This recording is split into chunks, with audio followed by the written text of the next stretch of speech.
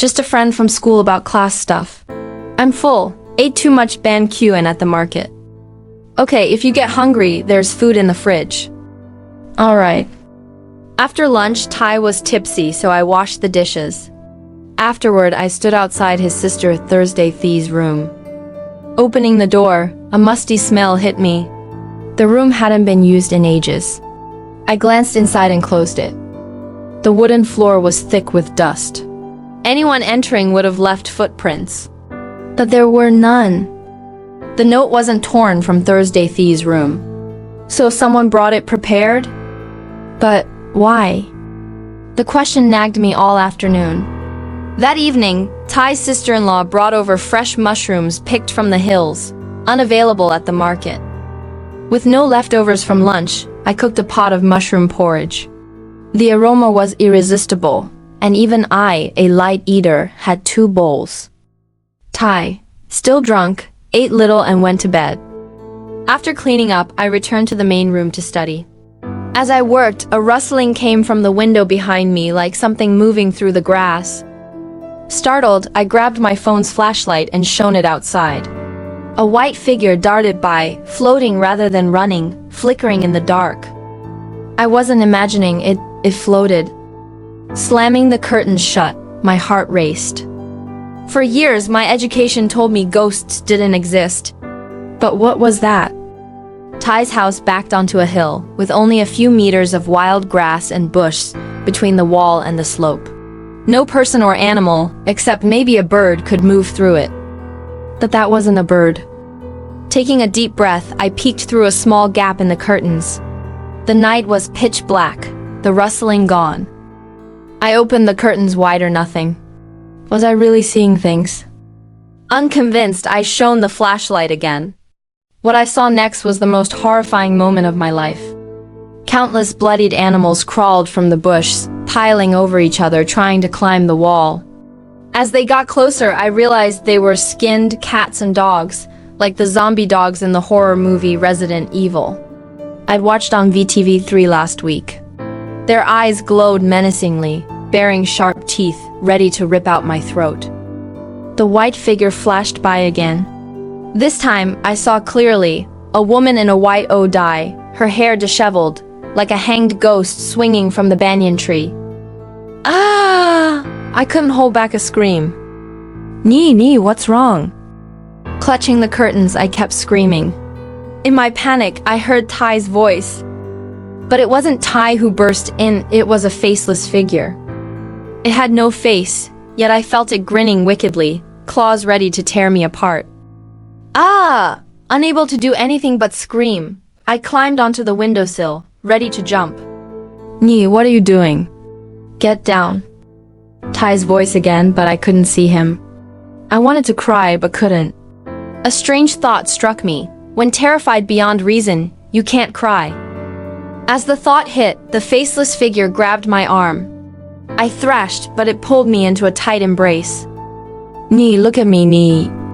Ty's voice again. Then, more faceless figures rushed in, grabbing my arms, legs, even trying to twist my neck. Ty, save me. Whether from fear or survival instinct, I calmed slightly, fighting back and screaming for help. I believed Ty in the next room would hear me. Stop screaming or we'll sell you. The figure grabbing my leg laughed menacingly, saying they'd sell me. Why not reconsider? A rich man doesn't need a wife. A pretty girl like this will fetch a good price. Yeah, with money, women are easy to come by. Sell her with tomorrow's batch. We'll make a few million more. Exactly. They restrained me while laughing and talking. Hearing them, I calmed down, stopping my screams and struggles. I wanted to see where they'd take me. I wanted to call for Ty again, but before I could plan, I blacked out. My last memory was staring at the faceless figures as darkness swallowed me. When I woke, bright light stung my eyes before I opened them. Nee, you're awake. Ty's voice again. Thinking of the skinned animals and faceless figures, I didn't dare open my eyes. Nee, it's okay. You were poisoned by mushrooms last night. What? I opened my eyes to see the familiar wooden ceiling of the main room, my bedroom. Tai sat by the bed, smiling gently, though his eyes held something unreadable. My face flushed as a memory hit. Last night, did I do anything embarrassing? Thinking of my incoherent ramblings, I wanted to disappear. Tai laughed. What do you remember about last night? I started to answer but shook my head. Just a bunch of zombie cats and dogs trying to climb up, scaring me to death before I passed out.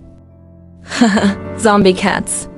I told you not to watch those VTV horror movies, but you didn't listen. Scared for real now, huh? You're laughing at me. You ate the mushrooms too. Why are you fine? I ate less. Plus, I grew up eating those mushrooms. I'm used to them. Come on, tell me more. What else was interesting? I heard you screaming about monsters, telling them to let go. What else did you see? Monsters? What monsters? Tai, are you trying to trick me? I squinted at him. His face twitched, his pupils contracting, a sign of stress I'd learned in behavioral analysis. Spill it. Are you trying to embarrass me? Even if I was poisoned, I remember clearly. No monsters, so don't try to fool me. Haha, right, my knee's the smartest. His relieved expression made my heart sink. He was testing me. So the voices I heard last night weren't a dream someone really talked about selling me. I crossed my arms, feeling a chill, like a wind from Bavian Mountain. Ding! My phone buzzed. I grabbed it. It was Lynn. Nhi, come back immediately! Before I could speak, her voice was stern, commanding. I frowned, checking that Tai wasn't nearby, and whispered, "What's up?" You remember Thenna's high school friend?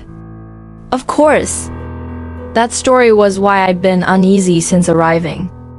She was trekking in Lang Sen, your boyfriend's hometown. I checked. The mountain she went to was Ba Vienne, near Lang Sen town. Ba Vienne Mountain. I glanced at the hill outside the window. Wasn't that Ba Vienne? Tai's village sat on this mountain, an unexploited gem attracting trekkers from Hanoi. Nhi, you still there? Lynn's worried voice snapped me back. I'm here. Anything else? The guy you asked about, I got the info. It's as you said, but here's the interesting part. His file's gone. What do you mean? I was confused. I don't know exactly. I'm just telling you what my dad found. Even if he was expelled, his file should exist, but it's missing. You mean... I'm not saying anything. This is just advice mine and my dad's. If it's not necessary, stay away from him. Don't get involved. Lynn's tone was unprecedentedly serious. As I was about to reply, I caught a shadow passing the window. I raised my voice. Got it, I'll study hard. Don't worry, I'll pass this exam and you better treat me. Nhi, what are you doing? Don't scare me. Hearing my nonsense, Lynn panicked. I laughed lightly. Alright, big sis is done talking. Don't disturb my grind. I hung up, deleted my Zalo chat with Lynn, and sighed in relief. As I set the phone down, Tai appeared at the window with a bowl of porridge, smiling. Try my cooking. I didn't know how his porridge tasted. I swallowed a few spoonfuls, wiped my mouth, and was about to speak when he cut in. Nhi, tonight I have to help at my cousin's house. I might not be back until tomorrow. Can you stay alone? What? You're gone all night. My heart sank. Last night, poisoned or not, I remembered someone saying they'd sell me tonight. Tonight was now? Coincidence? Or... I didn't believe in coincidences. Every coincidence has a reason. I probably won't be back. If you're scared, I can ask my sister-in-law to stay with you. Tai looked apologetic. I pouted, unhappy. I'm not scared, but I'm not comfortable without you. Having someone else here makes me even less at ease. I'd rather be alone. I just want you here. Tai cupped my face, soothing me. Be good, Nhi. If you stay alone tonight, tomorrow I'll take you to Hanoi to buy a bag. Don't let this place fool you. We have luxury goods. Didn't you say you wanted a Gucci bag? Really? You'll buy it for me? I feigned excitement, but my heart plummeted. My family was well off, but I didn't care for luxury goods, especially not Gucci.